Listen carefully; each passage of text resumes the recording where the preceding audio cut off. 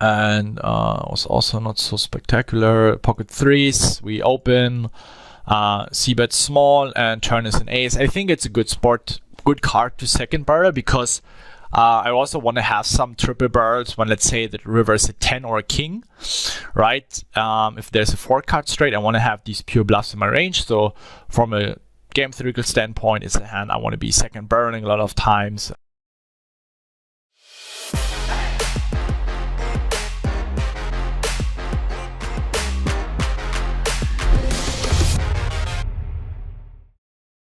Hey, what's up? This is Bencb, and in this video I want to show you how important it is to play simple on final tables when your opponents are very aggressive. This is something I'm teaching in my courses and also in my YouTube videos very often, that you need to understand that by playing tight and solid in certain circumstances, it will bring you the most money. So let's look what the lineup here is. I mean, you might recognize some of these players. We have here Yao Zimao, Equilibrium, Proud Flop, all well-known high-stakes tracks on party poker. And I mean, I didn't have any specific I mean, of course, on some players I have specific reads, but I'm not gonna go too much into detail what reads I have on my opponents. But I think the way they play and the way, I mean, I also know them from Pokerstars, and the way they played final 2 tables, final 3 tables, I already had the feeling that everyone wanted to win this tournament and they're going to play very aggressive. So I thought it would be actually a viable strategy just to play tight and ladder up. This was my game plan for this final table.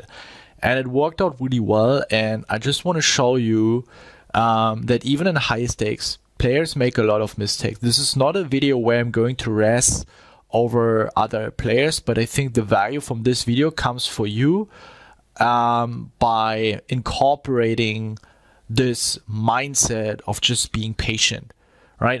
You see me on social media and in my messages, just stay patient and just relax in certain circumstances and just wait for good spots. And I think this is a perfect illustration what I mean by saying just stay patient. So we're not going to do too much analysis. We just go quickly from the first hand of the final table until my bust out hand and see what happens and see how the hands played out. This was a misclick. I actually wanted to min raise. But I think it's not too bad to also just limp a lot here from the cutoff, because the overwhelming chit leaders in the big blind, he can apply a lot of pressure by 3-betting a lot. So yeah, I don't think it's too bad. I mean, here we definitely want to be bet. We can still call a raise, call pretty much any turn without risking our tournament life. So we don't need to play so scared, because we can still peel some hands on the flop. We're not going to put our tournament life at risk on the turn. He can't really shove the river, so yeah, that's why we can still, of course, bet our 2 pairs, even though the board is quite scary. Queen 10 off here, we just fold, and you can see already in the second hand here it goes raise, 3-bet, cold 4-bet, 5-bet all in, and yeah, it's folded. So this was already my signal. Okay, just chill. I mean, it could have been a very sick setup where Button had a hand where he wants to 3-bet call with like jacks, and then small blind is 4-betting ace king or queens, or even an ace queen as a bluff against Button, which is viable, and then Proudfoot wakes up with a hand. But I think it's more likely that everyone just tries messing around a little bit. We have the first. Do we have? No. It's 8-handed, yeah. So let's continue. Queen 10 we folded. Ace 5 suited. I think it's yeah. I usually wouldn't mind 3-betting, but this is also one of the spots I'm skipping in these situations. So I want to have more frequently a stack off hand than a bluffing hand, because I think, first of all, cutoff is capable of cold 4-betting with a higher frequency than, let's say, what he's supposed to do in an ICM environment. which of course decreases the EV of my bluffs, but increases the EV of my value hands. And I think also these players with the shorter stakes and mid stakes will be playing too often hands like nines, tens, ace, queens, which they're supposed to be folding in this situation here when I 3-bet against an under the gun raise. So yeah, I just went for the fold, and again there's a 3-bet. So you will see that almost every second, third hand is a 3-bet or 4-bet. Pots are very big. I think here against the min raise we can still defend. This was very interesting, but I think we should be calling here against such a small sizing with backdoor flush draws and backdoor gut shots. We turn a very nice hand here on the turn. I wouldn't mind leading and jamming the river actually in this spot here. My plan was to go for a check jam against a small sizing. If he bets something small for protection with, let's say, 10s, 9s against 6x, 4x or some floats. But yeah, he checks back and the river's a jack. And I think it's a spot where I want to be shoving most of the time. But I think if he has 10s, 9s, 8s, 7s, or something like ace queen, ace 10, maybe an ace 9 or an ace 5, I will be able to fold those hands out also with a half pot bet. It significantly inflicts his stack quite a lot, and I don't have that many bluffs, so I mean 7-5 gets there, 5-2 suited gets there, all the flush draws get there. I will certainly just call my strongest flush draws, something like nut flush draws, or when I have an overcard like jack 10, queen jack, I can value bet any king, I can value bet any 2-pair. And since his range is so weak, I would be certainly doing it with my bluffs as well. I mean, I have ace deuce, ace 5. I will also raise with a certain frequency on the flop, so it's not like that I have any club hand. He makes the call with 10s without any blockers, which I'm not a big fan of. He might have had his reasons, sometimes maybe I had a sizing, he had a sizing read on me. So I definitely don't want to judge it, but from the way I would play it different. I would lean more towards folding because it's really hard to find bluffs, and I think on average I will way too often have a hand here. I won't be calling with something like queen high and backdoor flush. I think his range is just too strong with 15 big blinds on a final table raising from MP. I would be folding a lot of queen high. Let's say even if I have queen 5 and diamonds, I would be folding in this scenario. I definitely want to have an overcard to the king at least. So yeah, it's again still very early in the tournament. Lots of 3-betting, 4-betting. People are very sticky post flop. So yeah, very easy fold here. We continue. We're mid stack. We're second in chips. I mean, we're second in chips, so we still have a relatively healthy stack.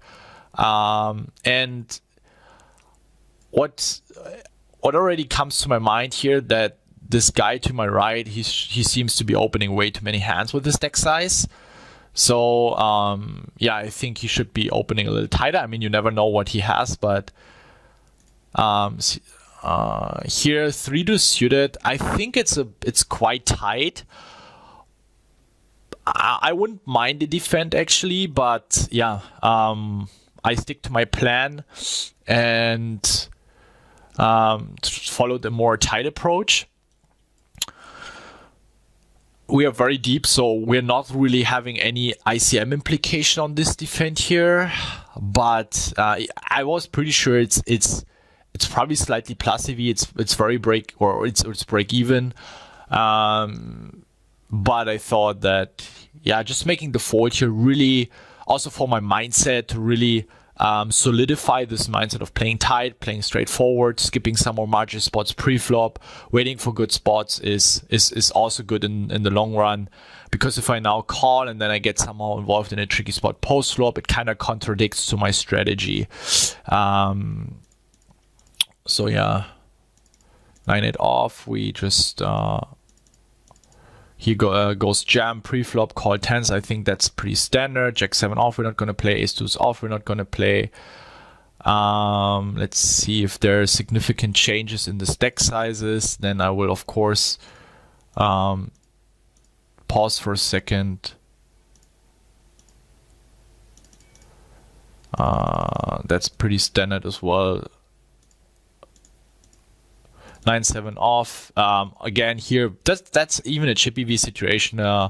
Very often a fold against UTG and MP call, where they will have a lot of hands like Jack 10, Ace 10, Pocket 10s, Pocket Jacks, Pocket 8s, which will block a lot of our outs to make straights or flop straight draws or any kind of hands where we were able to continue on the flop.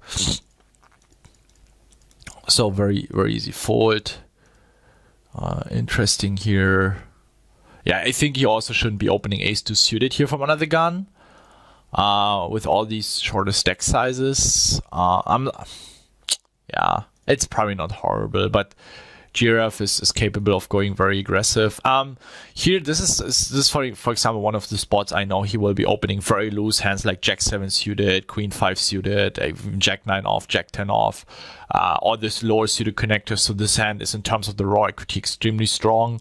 So my game plan is, of course, playing tight, but also against loose ranges, continuing with a lot of high equity hands. And yeah, so I think this is a very good, very profitable defend. Queen 10 off, we're gonna fold. And okay, wait. I think we did something happen here. No. Let me just quickly go back. Wait 1 second. That was the wrong way. Okay. Yeah. Just want to make sure I'm not missing an important hand here. So this guy opens, Giraffe calls. This was a very interesting hand. I don't want to go too deep into it, but yeah, I think it also illustrates very well what happens. What happens very often, that people are literally like punting off their stacks. Giraffe raises and he calls, and Giraffe second birds the turn and then call again. Giraffe bets 1/3 on the river. He jams and he wakes up with 10-9 in spades, and he wakes up with king queen. And I think that, I mean, I don't mind the c-bet against a small bet range on this board, but then against the raise he has to fold. Giraffe is definitely capable of trapping, playing tricky, raising his ace-3 suited, raising ace-10 in hearts, and then you're so crushed. You're even dominated by his, let's say, queen 10 in hearts or something. So just a spot where you want to fold. I don't mind checking back. A lot of hands as well, but at least folding against the raise. Then as play turn, he has to call river.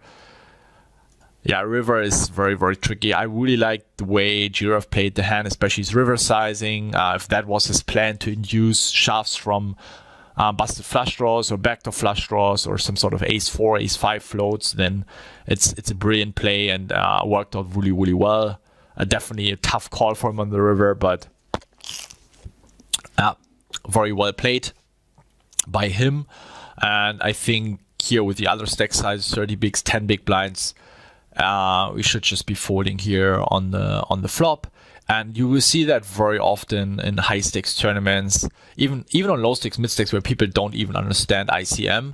And in high stakes tournaments, there are sometimes big egos in play, and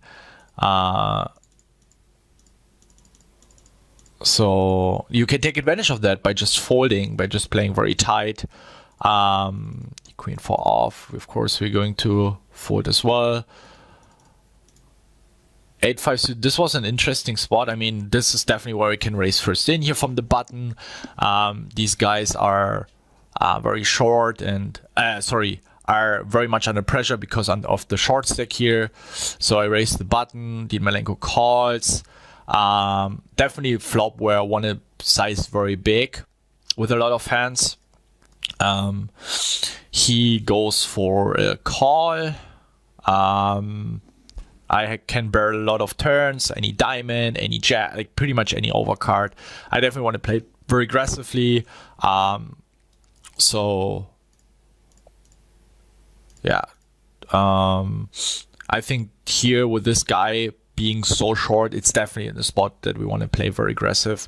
I know the players are very aggressive, so I don't want to be raising too much and 3-betting too much, but in terms of barreling and then trying to get them off weak pairs in such a high risk premium situation is still a good plan. I know he's very ICM aware, so I think it's a spot where I would play quite aggressively, and we can still have bluffs. So it's not like that we're gonna knit like I don't know, and just play very, very passive every single spot and just wait for aces. So I went for a second barrel, setting up a river shove against. I mean, he will have some 10x, but then he shoves and it kind of sucks. Like, I mean, the second barrel we accomplished folding him out a lot of jack 9s, jack 8s, 8 6s, 8 5s, 6 5s that might be bluffing us on the river. Something like queen jack with a queen in hearts, some very strong floats. I think that people also against a big sizing ICM situation still overfloat these kind of hands. Something like ace 8, ace 9 with the ace in hearts. Yeah, he jams, which of course really, really sucked. But I think this is one of the spots where it's totally standard to go for a big c-bet, and second barrel didn't work out, but we're gonna stick to our plan. I'm also folding here king 10 off. I think it's just against his range, it's not performing really, really well. What happened here? So yeah, he had ace queen, he stabs 4-5, wins the pot. Let me see. I think I missed one hand.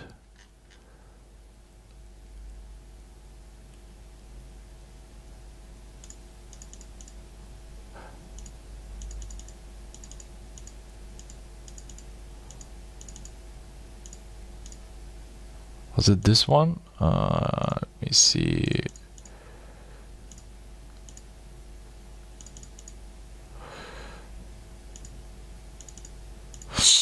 Maybe it's coming later. So let's continue. Yeah. So as you can see, Yao, he was the short stake, and he also just benefits from this hand here where this guy reshoves 20 bigs with king queen off against the range that is supposed to be very tight. He's one of the mid stacks opening into two bigger stacks, so I don't think he will opening that wide, so the fold equity is very low and just a very bad outcome if he wakes up with a hand. I would be reshoving like ace queen and tens plus, and I also don't mind flatting ace queen and tens and just play post flop, playing where it's safe. It's a spot where you don't really want to have an all-in. You're not really benefiting against. I think the amount of times he will wake up with a premium hand is just way too often compared to the times he will be folding. And and again, we benefit from people getting it in to lose. We make another pay jump. Yao as well with his 5 big blinds, so worked out really well for him as well. Of course, here with less than 5 big blinds, queen 4 suited. I also know that he sometimes jams a little bit to lose, so we're gonna make the call with queen 4 suited, and we win against 10-7 off. I would have folded this hand. So far it paid off really well, just waiting and not getting involved in any kind of spots. And then, of course, here and there, trying to apply a little bit of pressure. I think ace 8 off is a very standard 3-bet anyway here. And it worked out as well. 4-5 suited, we're going to fold. Ace king off, we are going to giraffe open raises, proud flop reshoves, very standard. That was not so spectacular. King 4 off here, we're going to complete, and was also not so spectacular. Pocket threes, we open, c-bet small, and turn is an ace. I think it's a good card to second barrel, because I also want to have some triple barrels when, let's say, the river is a 10 or a king, right? If there's a 4-card straight, I want to have these pure bluffs in my range. So from a game theoretical standpoint, it's a hand I want to be second barreling a lot of times, and I think we have so much EV in him, auto folding something like Jack 8, Jack 7, 6, 5, and just fold out 95% equity hands, which skyrockets our EV for the second barrel of threes. So you don't always need to have a draw on these boards, because you have so much auto fold equity against the Jack and the 5. Worked out well there as well. King 7 off, very easy defend. I think it's fine. I think we can also go a little smaller, just 3, just to get these auto folds from ace deuce, ace 5, ace 4, pocket deuces, pocket 4s, pocket 5s. We're not blocking ace highs. Also, ace king has a tough time continuing. Yeah, river, I give up, which I think is fine. We don't have so many ace highs, like all the top pairs now with 10x. I mean, I don't mind going for half pot, like 40% pot. I'm not sure if he folds 6 or 9x against a 40% pot bet.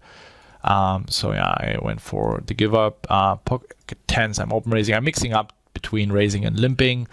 Ace jack suited, that was a very interesting hand as well. So yeah, my plan is to play tighter, go a little bit more thinner for value. So that's why I opted to 3-bet, and I also would choose it a little bit smaller because I expected him to 4-bet quite often. So my plan is either 3-bet, 5-bet jam, because I think he will just put so much dead money in the middle with garbage hands that it's just printing for me for like whatever kind of hand I have. It doesn't really matter, like ace jack suited, ace queen, ace king. I can do it with ace 5 suited.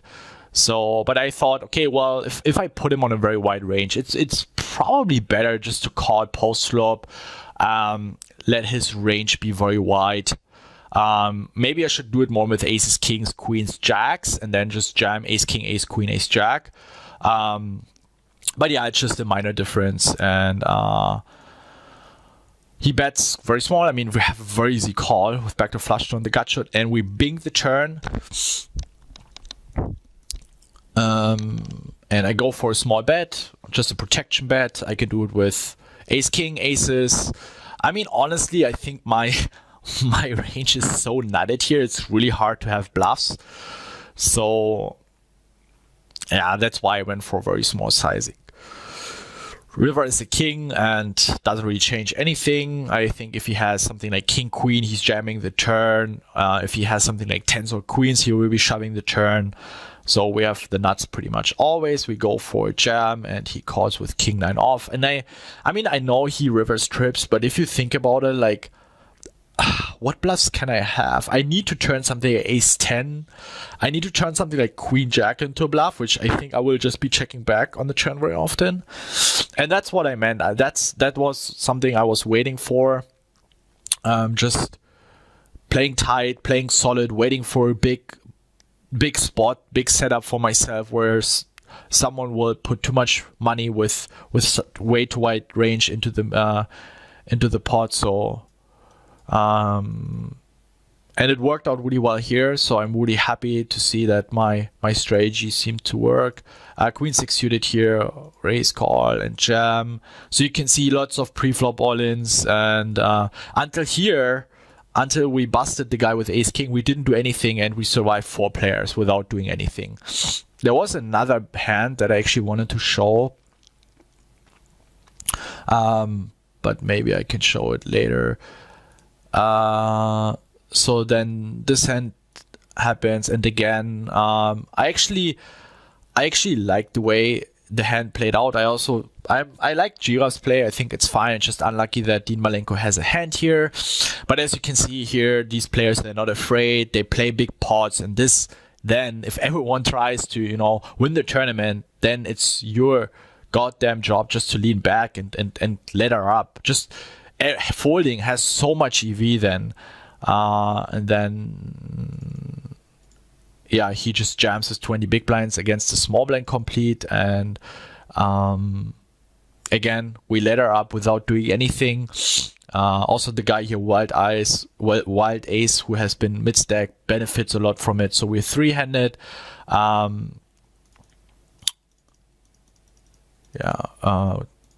pretty standard here as well. Then there was one key hand. Let me just go to it. This hand, where I have to give a lot of credits to Wild Ace. I think he played this hand fabulous. He 3-bets the small blind, and we call. It's pretty standard. And he chooses a very interesting flop sizing. As you see that if we call, the turn is going to be 36 big blinds in the middle, and then he will be shoving. So I know he's good, and I know he's aggressive, so he can be doing it with something like Jack 10 in diamonds. He can do something like Queen Jack in diamonds, 10 8 in diamonds, 6 7 in diamonds, where his plan is to jam the turn with a flush draw. So I knew I will have fold equity, and I will also protect myself from getting bluffed out of the pot on the turn, because let's say the turn is a 3 and he jams, or the turn is a 8 in diamonds and he jams, I have to fold. If the turn is a Jack in diamonds or Queen in diamonds, he jams, I have to fold, even though I turn in another gutter with ICM. So he will make me fold a lot of equity, and there's already 27 big blinds in the middle. Yeah, we have good equity against pretty much everything, and I went for the jam. He shows up with ace-6 and clubs, which you barely see with this sizing on the flop, which I really like because it forces me to jam all these weaker flush draws. He forces me to fold a hand like ace-10 in diamonds, which against a small sizing would be floating very often, or something like ace-8, ace-7 in diamonds, something like jack-10 in diamonds, queen-jack in diamonds. So it's a very, very smart sizing on the flop. And I don't want to say I'm happy to lose this pot, but he simply deserves to win this pot. So, yeah, I was not mad about it. It's like, yeah, okay, he just played it very smart.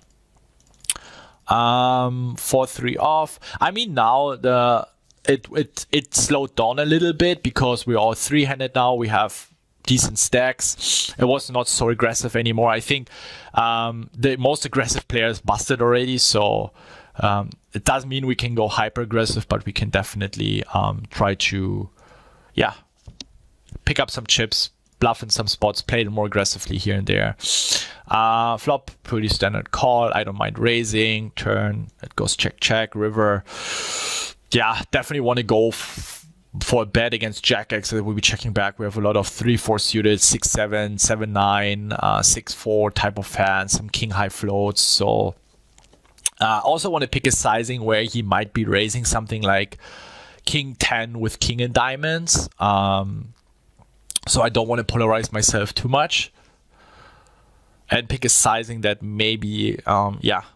smells a little weak. But unfortunately folds. Of course, if he raises, we're gonna call it off. Unless he goes all in, then I hate my life. But luckily he didn't. King deuce, we're gonna fold. Ace-3 off. We're not getting involved. Queen a3, we limp call and we check fold the flop. Ace-6 off. What else happens here? Yeah, against this big sizing, I'm just folding on the flop. Very standard. 8-5 suited. It's a tight fold. I don't mind raising it. I don't mind folding it. It's whatever. Queens was also one of the key hands. I wanted to go for a limp 3-bet. He checks back. We bet the flop. On hindsight, I would like to see myself sizing a little bigger, but yeah. Turn. Yeah, he second barrels, we call again, river, he jams, and yeah, without any blockers, we have an easy fold. Unfortunately, didn't work out so well here. Jack 6 suited, we flop very well, but we don't get any more money.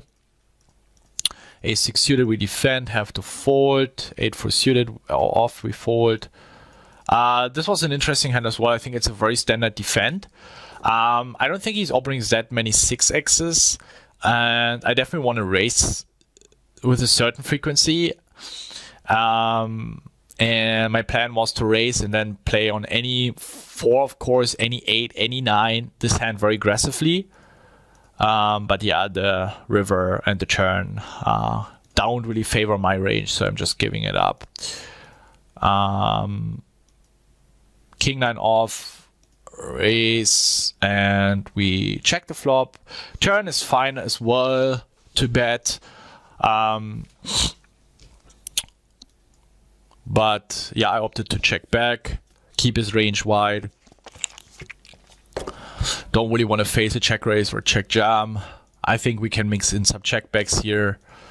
And yeah, river, he pots, and I think he can even value bet jack 9, 10, 9. It's the easiest call. Unfortunately, he wakes up with 5-2 suited, which I don't really like his check back. I think he should be just potting the turn and then betting the river. Yeah, the queens and the king 9 were really neck breaking, putting me in a very desperate situation, but you're just giving up this flop here.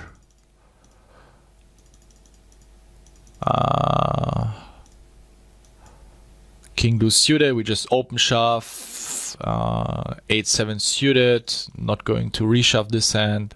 9-7 suited. As you can see here, I mean, of course we can shove, but there are also less endies in play. I still like to play a very heavily min raise strategy with 10-11 big blinds, with also a lot of my value hands, because I think people play very bad post flop with short stakes. I mean, in general, I don't know anything about their post flop short stakes game, but I think even a lot of the high stakes players are doing big mistakes with short stakes. So yeah, I prefer even raising some hands that might be profitable jams. And this flop is a flop we definitely want to be checking back. It's if we bet and he jams, we have to fold, and this is a flop where you can have so many check shoves on us. So yeah, just check back, and of course it's also beneficial to then have some nuts in your range. So we call, he jams, and yeah, just a cooler, and we're back at 24 big blinds.